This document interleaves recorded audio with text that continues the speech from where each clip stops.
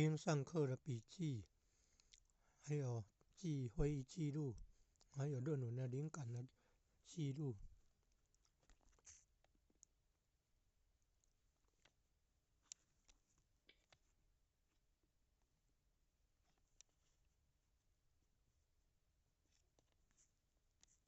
其实易经就是数学，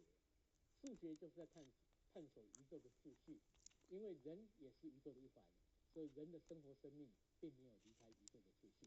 宇宙来讲，它就是一个动能，时常不断的运作啊。比如说以太阳系来讲，太阳就是那个不动的恒星，它是属于阴的，那旁边的星球就不断的顺着太阳在这运转，这属于动的啊。所以我们可以看出来，这个在卦象里面，乾为天，就是有6个阳爻不断代表不断的动，天是不断的循环变化。这个变化中，当然有所谓的循环的变化，像春夏秋冬，也有所谓的这个关系的变化啊，像晴天雨天，但也有所谓的突变啊，像暴风雨。但是在宇宙里面的彗星，它也是一种突变的现象。那这个有动中间一定有一个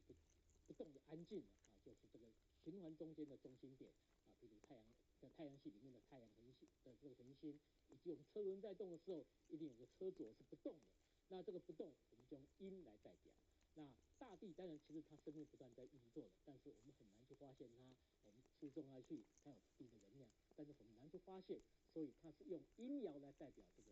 坤啊，来代表这个地。那从动静里面，一个是天，一个是地，做2个极端的代表。我们再来看这个中间的阳爻、阴爻的变化里面，如何产生人的生活生命的变化。那以八卦来讲，它就是2的3次方啊，所以它是2、3方等于有8个现象。那以64卦来讲，它就是2的6次方，一共就有64种现象。用这样的2进位0于1的数学观念来探讨宇宙以及生活生命的实相，就是我们易经研究的一个目的。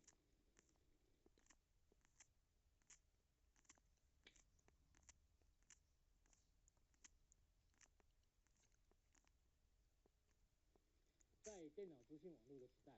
数位 digital 这个观念对一般人并不陌生，但是数位到底是什么，就很少人真的认真去了解它了。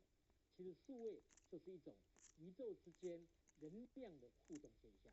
我们经常称宇宙为混沌。这个混沌就是好几种能量，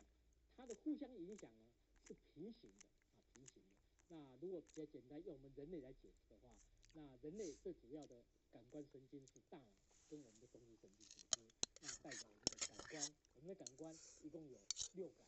啊，包括视觉、听觉、嗅觉、味觉、触觉，还有我们身体的跟地心引力的平衡感。那这6种感官其实它是互相影响的啊，比如视听，如果互相共同产生作用的时候，效果可能更好。那如果我们在吃东西的话，一向色香味俱全。那如果有很美妙的音乐，听觉很享受的话，那会更觉得好吃。那如果能够坐在一个非常温和的这个沙发里面啊，或者这个有冷气，那空气也非常新鲜的时候，这个视觉又可以产生我们对食欲的这种增进。所以这样感觉是综合性的影响，但是它也会互相排斥啊。比如说我们在看一个很精彩的东西的时候，经常我们的触觉、味觉就会食不知味，就毫无感觉。那这种互相